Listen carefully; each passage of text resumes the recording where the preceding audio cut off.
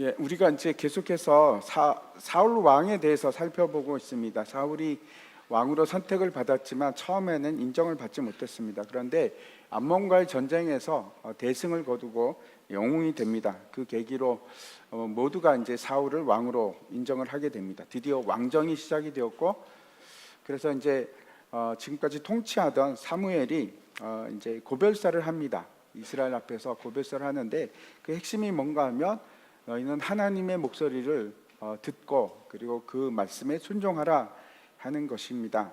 그래서 사울은 하나님의 말씀에 순종하는 삶을 살아가고 있는가 사는가 그렇지 못합니다. 오늘 얘기는 이제 사무엘이 처음으로 이제 기록되어 있는 불순종을 하게 된 사건이 기록이 되어 있습니다. 그리고 이제 그 일은 블레셋과의 전투 가운데 일어나게 되는데 어떤 일이 일어나는지 이제 오늘 본문을 함께 보도록 하겠습니다. 13장 전체 내용이지만 다 읽지는 않고 5절부터 15절까지 말씀을 교독하겠습니다. 제가 먼저 읽겠습니다. 블레셋 사람들이 이스라엘과 싸우려고 모였는데 병거가 3만이요 마병이 6천 명이요 백성은 해변에 모래같이 많더라. 그들이 올라와 베다웬 동쪽 믹마스에 침침해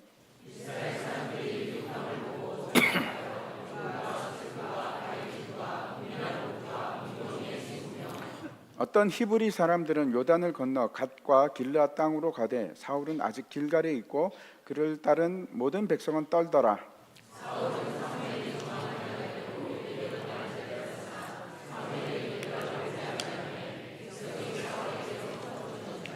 사울이 이르되 번제와 화목 제물을 이리로 가져오라 하여 번제를 드렸더니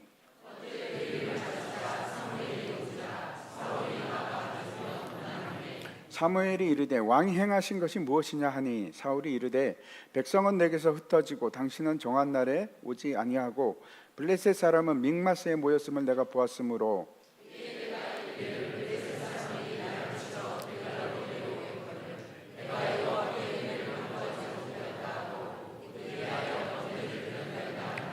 사무엘이 사울에게 이르되 왕이 망령되이 행하였도다. 왕이 왕의 하나님 여호와께서 왕에게 내리신 명령을 지키지 아니하였도다.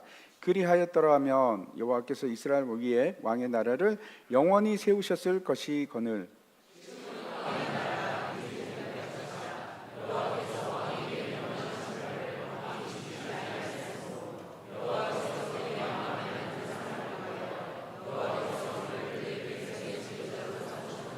같이 읽겠습니다. 사무엘이 일어나 길갈에서 떠나 베냐민 기브아로 올라가니라. 사울이 자기와 함께한 백성의 수를 세어 보니 600명 가량이라. 아멘. 이제 오늘 제목이 불순종의 시작입니다. 이제 요즘 계속해서 순종에 관한 우리가 말씀들을 이렇게 이제 묵상해 보는데 많은 사람들이 순종하지 않는 것을 그렇게 이렇게 힘들어하지 않는 것 같습니다. 순종하는 것은 그냥 소극적인 행위일까요? 아니면 불순종은 그래도 크게 나쁘지는 않은 건가 하는 생각을 해보시기 바랍니다. 성경은 뭐라고 말씀하시는가 하면 순종하지 않는 것은 죄라고 그렇게 말씀합니다. 불순종은 죄입니다. 우리에게 많은 문제점들이 있습니다. 문제들이 있는데 여러분들도 문제가 있다고 생각합니다. 그게 재정적인 문제든지 아니면 관계 문제든지 자녀 문제든지 건강 문제든지 우리는 이제 계속 어떤 생각을 하는가 하면 내가 가지고 있는 문제는 이 돈이야. 이것만 해결되면 될 것 같아. 돈이 문제지. 아니면 자녀가 문제야. 이런 생각을 합니다. 여러분이 가지고 있는 가장 큰 문제가 지금 뭐라고 생각을 하십니까? 한번 생각해 보십시오. 내 가장 큰 문제는 뭔가요? 뭘까요? 여러분 자신입니다. 가장 큰 문제는 바로 내 자신이 문제입니다. 큰 문제가 돈이나 아니면 관계나 자녀 그런 문제가 아니고 우리 자신인데 가장 우리에게 있어서 많은 문제를 일으키는 것이 내 자신입니다. 믿을 수도 없고 또 우리 자신이 거짓되고 또 마음에 하나님을 두기 싫어하는 그런 죄의 근본적인 문제를 가지고 있습니다. 죄의 본성을 우리가 가지고 있기 때문에 그렇습니다. 잘 생각해 보십시오. 뭐가 문제인지. 우리 자신입니다. 아이들 한번 가만히 보시면 참 놀라게 되는데 아무것도 가르쳐 주지 않아도 어떻게 아는지 거짓말을 합니다. 거짓말을 하고 탐욕을 부립니다. 욕심을 부리고 굉장히 이기적입니다. 근데 그게 아이들만 그런 것이 아니고 우리 그 모습입니다. 뭐 별 다르지 않습니다. 우리는 이제 죄라고 하면 먼저 어떤 걸 떠오르십니까? 이제 잘못된 행동, 나쁜 행동, 뭐 그런 것을 생각할 수 있는데, 그런 것은 죄가 아니고 죄의 결과입니다. 죄의 결과이지 본질 자체가 아닙니다. 죄는 어떤 것인가 하면 그 본질은 뭡니까? 하나님께 순종하지 않는 것, 그것이 죄의 본질입니다. 그게 죄입니다. 오늘 본문은 이제 사울이 하나님의 명령을 어기고 불순종하는 내용인데, 우리가 조마조마한 마음으로 우리도 그렇지 않은가 하는 생각을 가지고 함께 살펴봤으면 좋겠습니다. 이 배경이 있는데 그 배경이 블레셋과의 전투입니다. 앞에서 우리가 살펴본 그 첫 번째 전쟁은, 사울의 첫 번째 전쟁은 그 암몬과의 전쟁이었는데 거기서 대승을 거둡니다. 암몬은 이스라엘의 이제 동쪽에 있는 나라이고, 그 다음에 이 블레셋은 남서쪽에, 거의 서쪽에 있는 나라입니다. 그리고 이제 나중에는 남쪽에 있는 나라와도 전투를 하게 되는데, 블레셋은 사사 시대 때부터 굉장히 그 이스라엘을 지속적으로 침략하고 괴롭혔던 나라 중에 하나입니다. 그래서 이스라엘은 이때까지만 해도 굉장히 종속적인, 블레셋에 대해서 피정복 계층처럼, 그렇게 피지배층처럼 그렇게 살아왔던 것 같습니다. 7장에 보면, 그러나 하나님께서 이제 사무엘이 통치하는 기간 중에는 블레셋을 막으셨다 하는 기록이 나옵니다. 그래서 이제 두 나라 사이에 일시적인 평화가 있었지만, 그렇다고 해서 긴장 관계가 다 뭐 사라지고 그런 것은 아닙니다.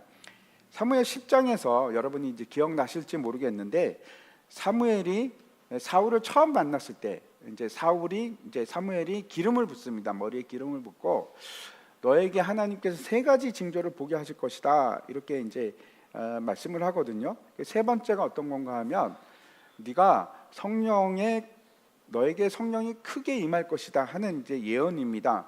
그 구절을 다시 한번 보겠습니다. 5절인데 10장 5절입니다. 그 후에 내가 하나님의 산에 이르리니 그곳에는 블레셋 사람들의 영문이 있느니라.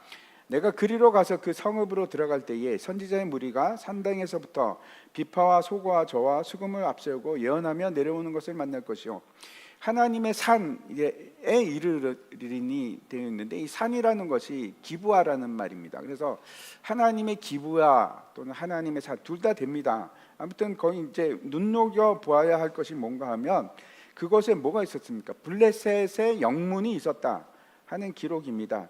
이 블레셋 영문이 오늘 그 전투하고 아주 깊은 관계가 있습니다.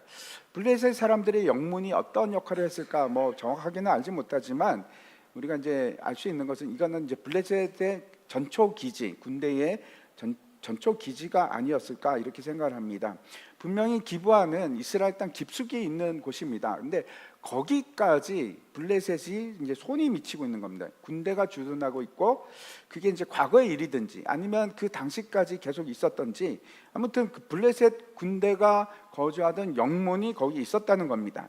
근데 이제 어떤 일이 일어나는가, 오늘 다시 본문으로 돌아와서 13장입니다. 1절과 2절을 보시면, 사울이 왕이 될 때에 40세라 그가 이스라엘을 다스린 지 2년에 이스라엘 사람 3,000명을 택하여 그 중에서 2,000명은 자기와 함께 믹마스와 베델산에 있게 하고 1,000명은 요나단과 함께 베냐민 기브아에 있게 하고 남은 백성은 각기 장막으로 보내니라. 사울이 이제 40세 왕이 되었다 이렇게 기록을 하고 있는데, 사실 이거는 이제 원문과 다른 표현입니다.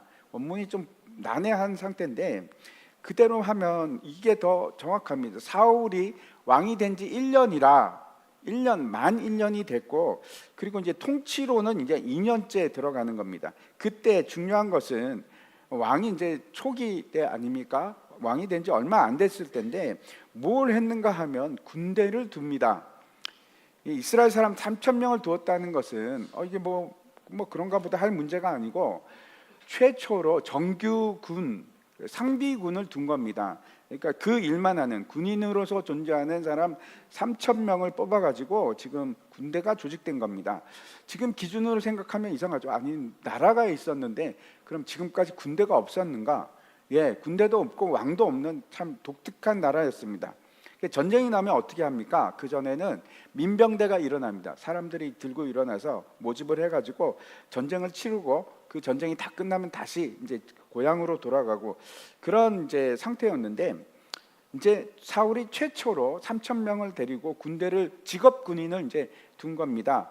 그리고 이제 어떻게 하는가면 두 대는 믹마스 베델 사이에 이제 두고, 그다음에 요나단과 함께 베냐민 기브의 한 대를 이제 두게 됩니다. 1,000명을. 처음 여기서 요나단이라는 이제 인물이 등장을 하는데, 요나단은 누군지 아시죠? 사울의 첫 번째 아들입니다. 굉장히 좋은 사람입니다. 신실한 사람이고, 나중에도 계속 나옵니다. 다윗과 친구가 돼서 아주 절친한, 아주 중요한 친구가 됩니다. 그리고 이제 아버지 사울과 대조를 이루는데, 요나단이 오히려 사울 편을 드는 것이 아니고 다윗 편을 듭니다. 아무튼 이 요나단은 뛰어난 군대 지휘관이기도 한데, 그가 한 대를 맡고 사울 왕이 이제 두 대를 맡는, 지도를 보시면은 이제 분홍색으로 되어 있는 것이 지금 이제 3,000명, 밑에 1,000명이 있고 위에 이제 2,000명이 있는 겁니다. 그리고 가운데 저게 뭘까요? 저 이제 파란색으로 되어 있는 저기가 그 기브아에 있는 여기는 이제 게바라고 나옵니다. 게바하고 기브하고 철자가 똑같습니다. 하여튼 같은 지명으로 봐도 되는데, 거기에 이제 영문이 있는 겁니다. 수비대가 있는데 거리가 기브아로부터 얼마나 될까요? 뭐 멀지 않습니다. 4km 정도 됩니다. 거기에 있는데 어떤 일이 일어나는가 하면, 요나단이 이 블레셋 수비대를 습격을 합니다. 3절과 4절 한번 보시기 바랍니다. 요나단이 게바에 있는 블레셋 사람의 수비대를 치매 블레셋 사람이 이를 들은지라 사울이 온 땅에 나팔을 불어 이르되 히브리 사람들은 들으라 하니, 온 이스라엘이 사울이 블레셋 사람들의 수비대를 친 것과 이스라엘이 블레셋 사람들의 미움을 받게 되었다 함을 듣고 그 백성이 길갈로 모여 사울을 따르니라. 블레셋 수비대가 이제 주둔하고 있는데, 이스라엘 안에 이제 외국 군대가 주둔하는 거 아닙니까?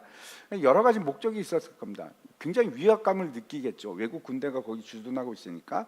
그게 한 가지 이유일 거고, 또 다른 이유가 있었던 것 같습니다. 이제 뒤에도 나오는데, 이스라엘 안에서 블레셋이 경제적인 이득을 취하는데 그 일과도 관계가 있는 것 같습니다. 근데 이상한 점이 있습니다. 왜 갑자기 요나단은 블레셋 군대를 쳤을까? 본문에는 아무런 이유가 나오지 않습니다. 그냥 아무런 이유가 없이 습격을 한 것으로 그렇게 보이는데, 그러면 요나단은 그 아버지 사울에게서 허락을 맡은 것인가? 그런 것 같지도 않습니다. 사울이 굉장히 당황해하니까.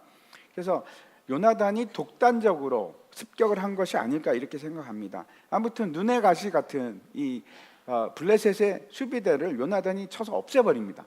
저기를 없애버리고, 당연히 그 소식이 블레셋에 들어가지 않겠습니까? 모를 리가 없습니다. 그랬더니 이제 블레셋에서 난리가 났겠죠. 엄청난 난리가 났을 겁니다. 사울 왕도 당혹스럽기는 마찬가지입니다. 지금 어떻게 하나? 지금 상황으로 봐서 요나단이 기습을 했고 사울은 그 일을 걱정하지 않을 수가 없습니다. 그래서 어떻게 하는가 하면 징집 나팔을 붑니다. 사람들을 소집하는데, 내가 여기서는 이제 바뀌죠. 분명히 요나단이 했는데 사울이 자기가 한 것처럼 얘기를 합니다. 블레셋 수비대를 쳤고 이제 블레셋이 쳐들어올 것이다. 군대가 필요하다. 길갈로 모여라. 이렇게 이제 소집령을 내린 겁니다. 얼마나 모였는지 잘 모르겠습니다. 지난번 암몬 전쟁에서는 33만 명이 모였습니다. 굉장히 많이 모였죠. 근데 지금은 어느 정도 모였는지 언급이 없습니다. 아무튼 모였습니다. 그리고 나서 이제 블레셋이 대군을 일으킵니다. 엄청난 군대가 쳐들어오는데 5절을 보시기 바랍니다. 블레셋 사람들이 이스라엘과 싸우려고 모였는데 병거가 3만이요 마병이 6,000명이요 백성은 해변에 모래같이 많더라. 그들이 올라와 베다웬 동쪽 믹마스에 진칠 때, 다시 한번 지도를 보시면은 이제 길갈에 지금 모여라 해가지고 군대가 소집령을 받고 이스라엘 사람들이 이제 길갈에 모여 있습니다. 그리고 지금 블레셋은 믹마스, 지금 파란색으로 되어 있는 저기에 모여 있는데, 어느 정도로 어마어마한 군대인가 하면은 병거가 3만이랍니다. 이 병거는 지금으로 치면 거의 전차 수준입니다. 엄청난 무기인데, 그래서 많은 학자들이 이게 가능한가, 3만 대나 이렇게 한다는 것이 가능한가, 이렇게 생각할 정도로 엄청난 군대입니다. 그리고 이제 마병이 6천, 말 타고 다니는 병사가 6천이고 보병은 모래알같이 많아서 수없이 많다 이렇게 이제 기록을 하고 있습니다. 어떻게 됐을까요? 이스라엘이 난리가 납니다. 절박하죠. 지금 원하지 않는 전쟁이 일어났고, 그리고 이제 블레셋이 쳐들어왔는데 뭐 대군이 오니까 막 도망을 갑니다. 굴에 숨고 숯불 속에 숨고 바위 틈에 들어가고 웅덩이 같은 데 숨는데, 심지어는 어떻게 하는가 하면은 요단강을 넘어서 요단강 동편으로 갓 길르앗 그쪽으로 도망을 갑니다. 7절 한번 보시기 바랍니다.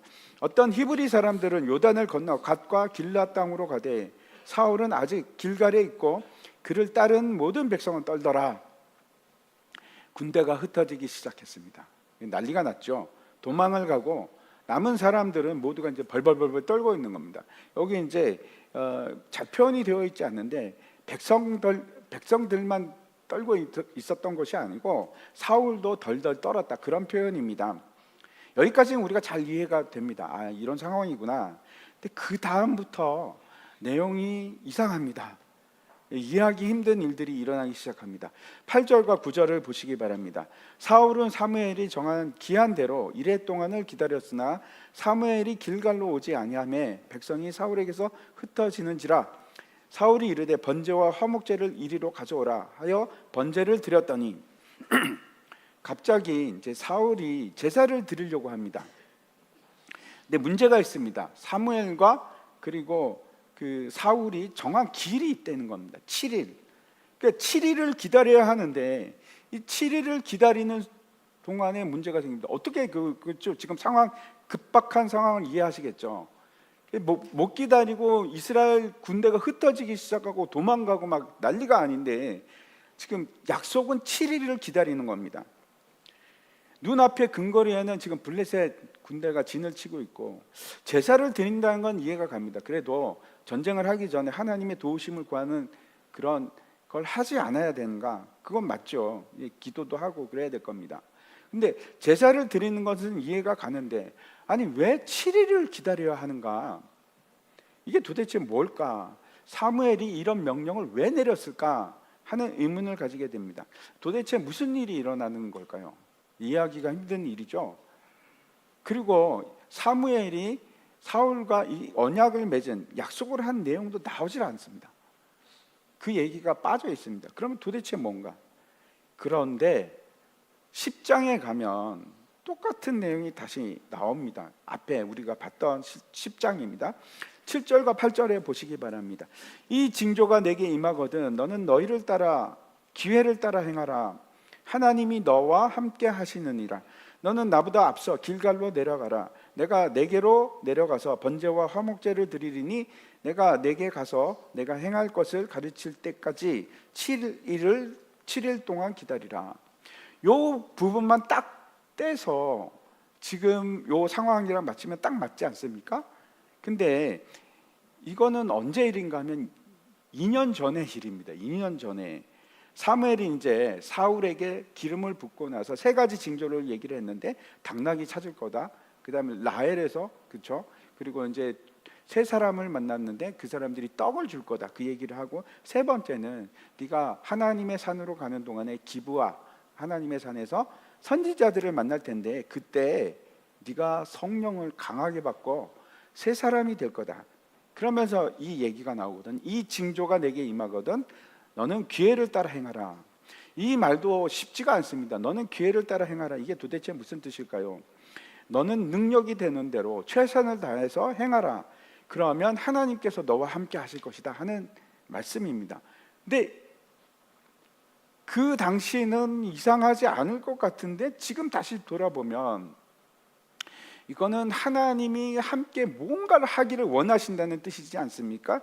그래서 하나님께서 함께 하실 거니까 너는 최선을 다해서 징조를 보거든 뭔가를 행하라 하는 뜻이 없습니다. 그럼 이게 도대체 뭘까 하는 생각을 해보시기 바랍니다. 물론 이 명령은 사울이 왕이 되기 전에 했던 명령인데 그 이후로 어떤 일이 있는가 하면 사무엘과 사울이 백성들과 함께 길갈에 가서 왕으로 세웁니다. 그리고 화목제를 드렸습니다. 그 얘기는 나옵니다. 그럼 그 얘기인가? 7일을 기다려서 그렇게 한 건가? 제가 무슨 말씀을 드리는지 이해해 보시기 바랍니다. 분명히 이 본문에서는 오늘 본문에서는 사울이 사무엘을 7일간 기다렸습니다. 그리고 나서 7일 후에 사무엘이 와서 번제도 드리고 화목제도 드리고 나서 전쟁을 해야 되는데 그걸 참지 못하고 사울이 지금 먼저 번제를 드린 겁니다. 그때 사무엘이 도착한 겁니다. 근데 이 약속이 다른 곳에는 나오지 않고 여기만 나오거든요. 그럼 똑같은 이 약속을 한 번 더 한 건가? 두 가지 가능성이 있습니다. 10장에 나오는 이 7일간 기다리라 하는 명령은 2년 전의 명령인데 그건 다 끝났고 그 가운데 사무엘이 다시 한번 똑같은 명령을 했겠지. 대부분은 이제 이렇게 생각을 합니다. 근데 이상한 점은 그 명령이 나오질 않아서 뭔가가 어색합니다. 그리고 앞에서 길갈에서 제사를 드리는 것은 나오는데 7일을 기다렸다는 얘기도 없고 그때는 번제와 화목제를 드린 것이 아니고 화목제만 드렸습니다. 이상한 생각이 들죠. 그러면 사무엘이 이 2년 전에 했던 이 얘기가, 이 예언이 지금 얘기인가? 지금 이 사건을 위해서 2년 전에 예언을 한 것인가 하는 생각이 납니다. 오늘 본문에서 이 명령이 뭔가 하면 7일을 기다리라 하는 말씀인데, 또 한 가지 잠깐 생각할 것은 요나단이 기습을 하지 않았습니까? 블레셋 군대를 기습을 했는데 그것 때문에 전쟁이 시작했습니다. 근데 다시 저 7절을 잘 보시기 바랍니다. 7절을 보면 이 징조가 내게 임하거든 너는 기회를 따라 행하라. 하나님이 너와 함께 하시느니라.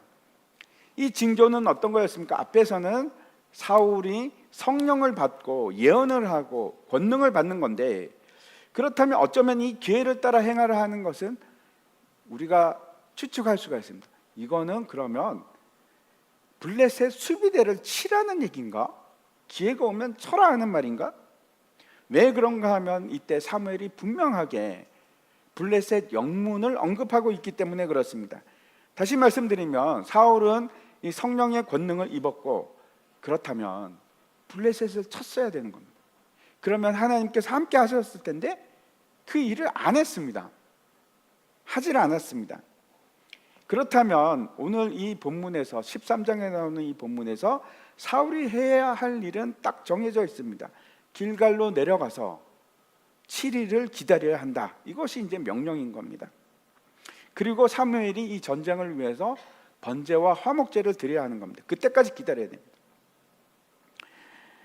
그래서 사울이 해야 할 바는 이 명령에 순종하는 일인데, 이거는 7일은 그러면 어떤 일일까요? 인내의 시간이고 연단의 시간일 수밖에 없습니다.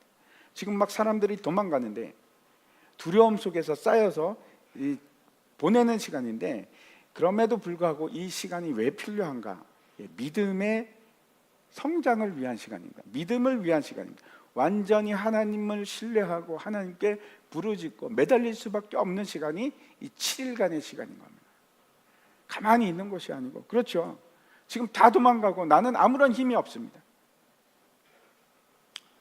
나는 하나님을 의지합니다. 도와주십시오라고 하는 7일, 완전한 하나님의 기다림 시간입니다.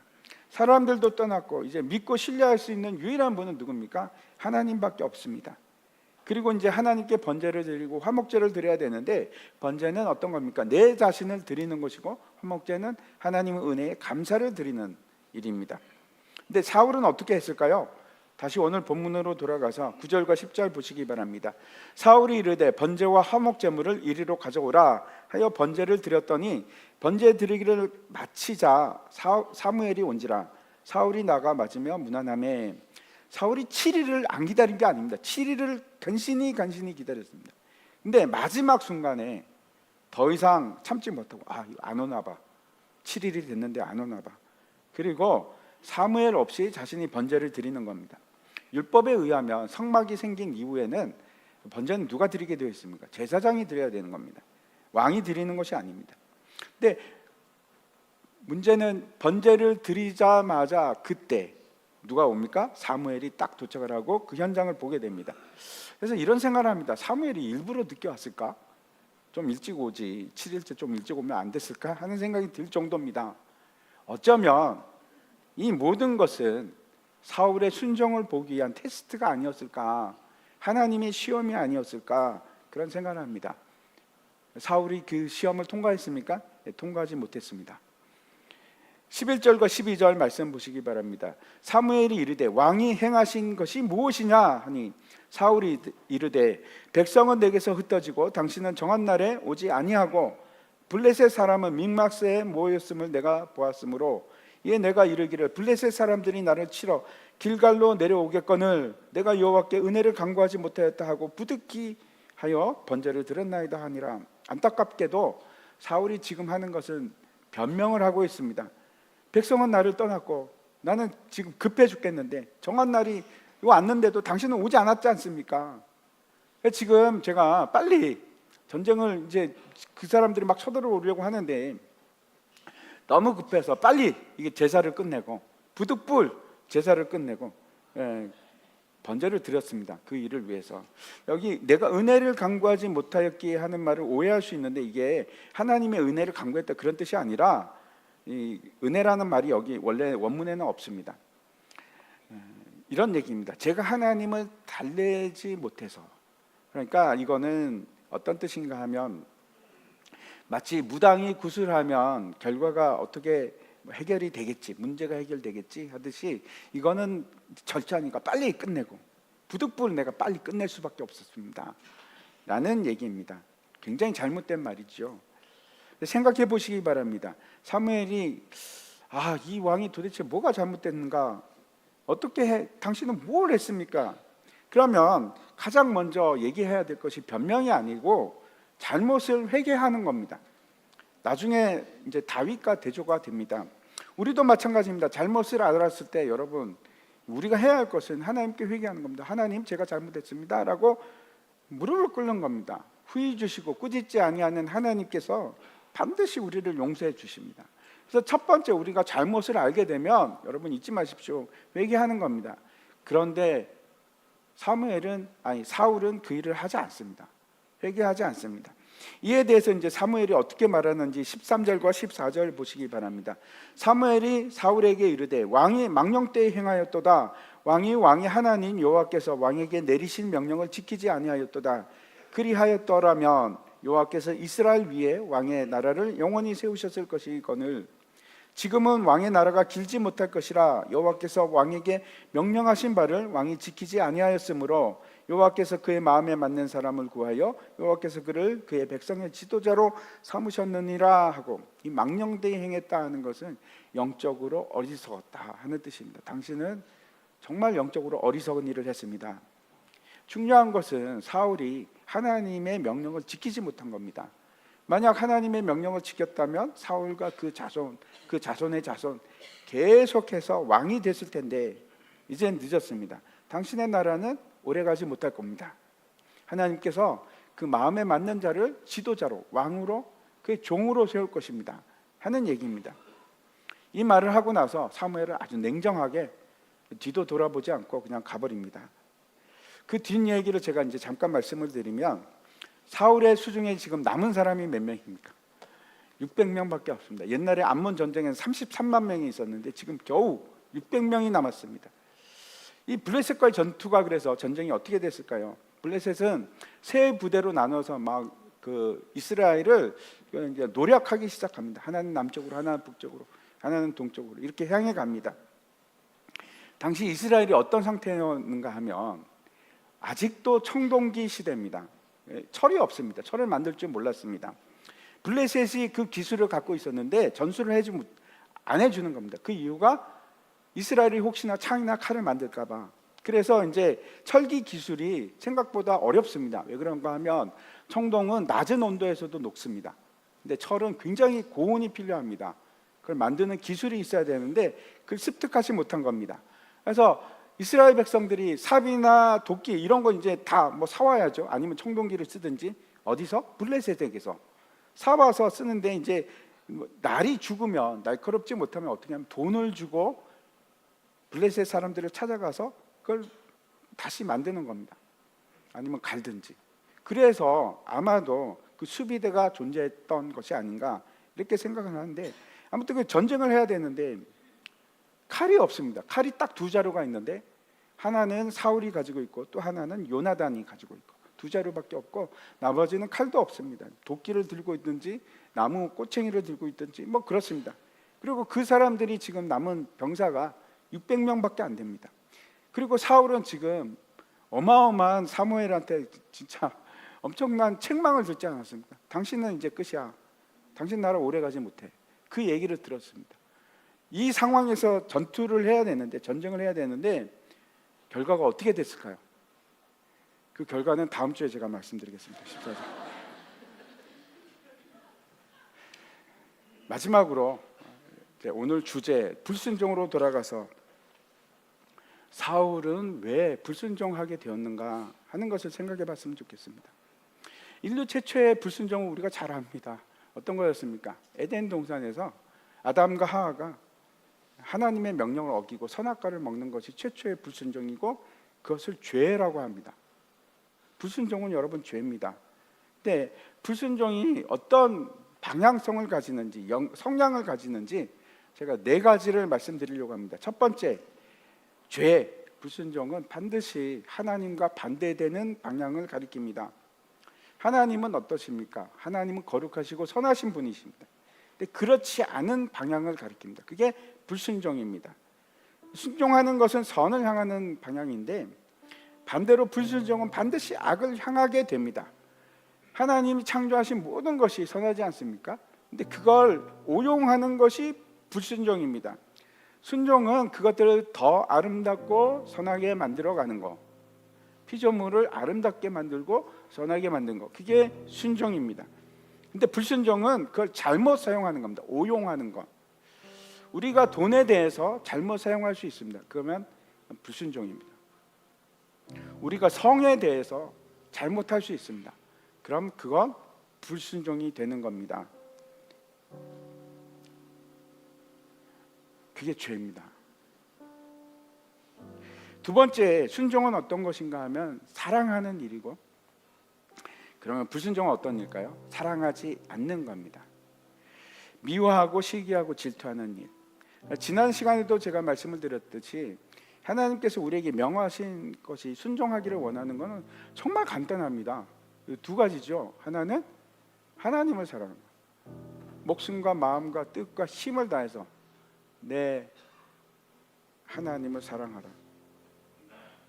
이것이 첫 번째고, 두 번째는 내 이웃을 내 몸과 같이 사랑하라. 여러분 주위에 있는 형제 자매를 사랑하는 겁니다. 되게 간단하죠. 사랑입니다. 순종은 그래서 결국은 사랑입니다. 불순종은 그럼 뭘까요? 미워하고 사랑하지 않는 것. 성경은 뭐라고까지 말씀하고 있는가 하면 원수도 사랑하랍니다. 원수도 사랑. 그게 순종입니다. 혹시 누구 미워하십니까? 그러시면 안 됩니다. 불순종이고 그건 죄입니다. 괜찮은 게 아닙니다.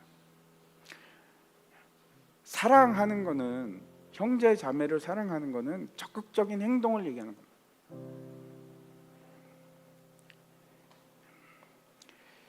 성경은 말세로 갈수록, 말세가 될수록 우리 안에 사랑이 식어져 갈 거라고 그렇게 말씀을 합니다. 그걸 경고하고 있습니다. 점점점 불순종이 늘어가는 겁니다. 세 번째, 불순종은 어떤 것인가 하면 이기심입니다. 죄는 언제나 이기적입니다. 나를 위해서 죄를 범합니다. 누구를 위해서 하지 않고 나를 위해서 그렇게 합니다. 이게 뭐 간접적인 나를 위해서도 되겠죠. 근데 항상 그렇습니다. 죄는 나를 위한 겁니다. 반대로 순종은 언제나 이타적입니다. 순종은 반드시 이타적인 행동을 우리에게 요구합니다. 사도 바울이 이제 마지막 때 일어날 일에 대해서 이제 말씀을 하고 있는데 우리가 잘 알고 있는 말씀이기도 합니다. 디모데후서 3장에 보면 제가 한번 읽겠습니다. 너는 이것을 알라. 말세에 고통하는 때가 이르러 사람들이 자기를 사랑하며 돈을 사랑하며 자랑하며 교만하며 비방하며 부모를 거역하며 감사하지 아니하며 거룩하지 아니하며. 마지막 때가 되면 될수록 사람들이 자기 자신만을 사랑하는 겁니다. 다른 사람을 사랑하는 것이 아니고. 그게 뭘까요? 그래서 그게 이기적입니다. 그게 불순종이고, 자기를 사랑하게 되면 당연히 자기 중심적이 됩니다. 그리고 교만해지죠. 다른 사람들은 안중에도 없습니다. 그런 현상이 일어나는 겁니다. 이거는 언제나 불순종으로 가게 됩니다.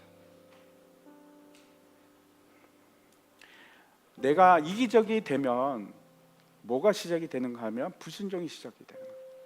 내가 사랑하지 못하면 그러면 내 안에서 불순종이 일어나기 시작하는 거예요.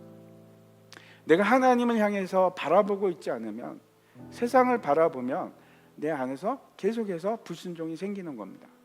그게 시작입니다. 마지막 네 번째, 불순종은 언제나 어떤 형식으로 우리에게 나타나는가 하면 불신입니다. 하나님을 신뢰하고 하나님을 의지하고 하나님 말씀에 믿음으로 반응하는 것이 아니고 의심하고 그 다음에 믿지 못하고,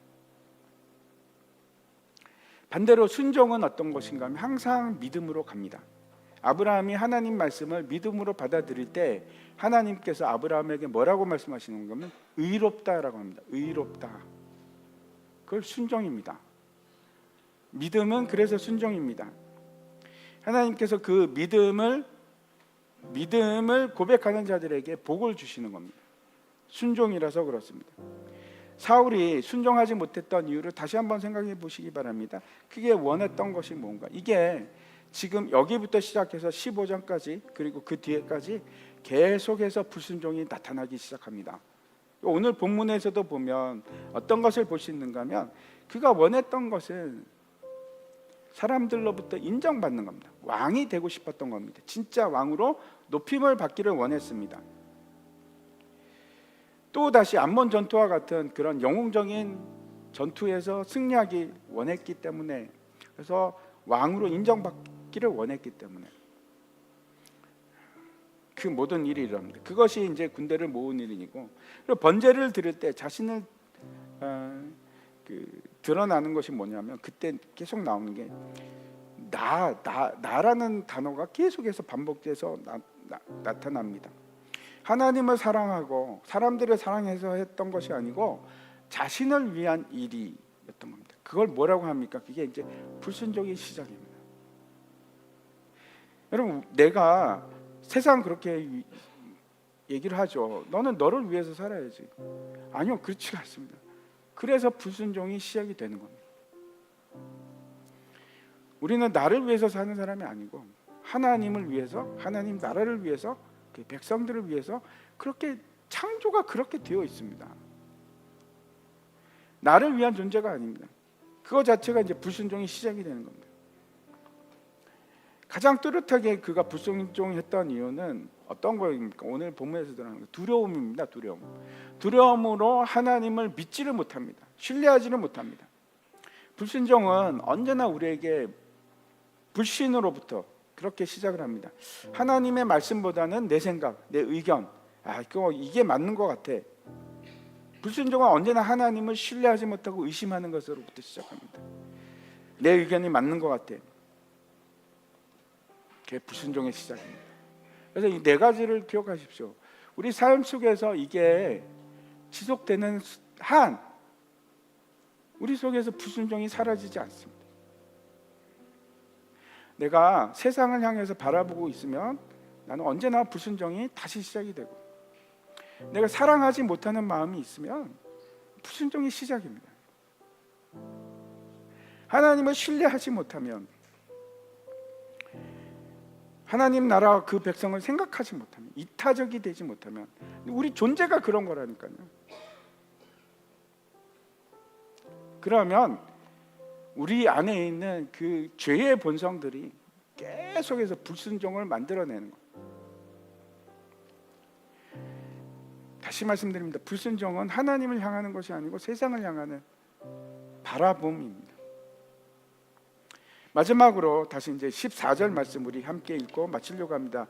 우리 같이 읽겠습니다. 시작. 여호와께서 그의 마음에 맞는 사람을 구하여 여호와께서 그를 그의 백성의 지도자로 삼으셨느니라 하고, 사울은 하나님의 뜻이 아니고 자기의 뜻을 따라갔습니다. 하나님께서 찾으시는 사람은 그의 마음에 맞는 분, 맞는 사람, 순종하는 사람입니다. 저와 여러분은 다 그런 순종하는 사람이 되었으면 좋겠습니다. 다 함께 일어나셔서 우리 같이 찬양하겠습니다.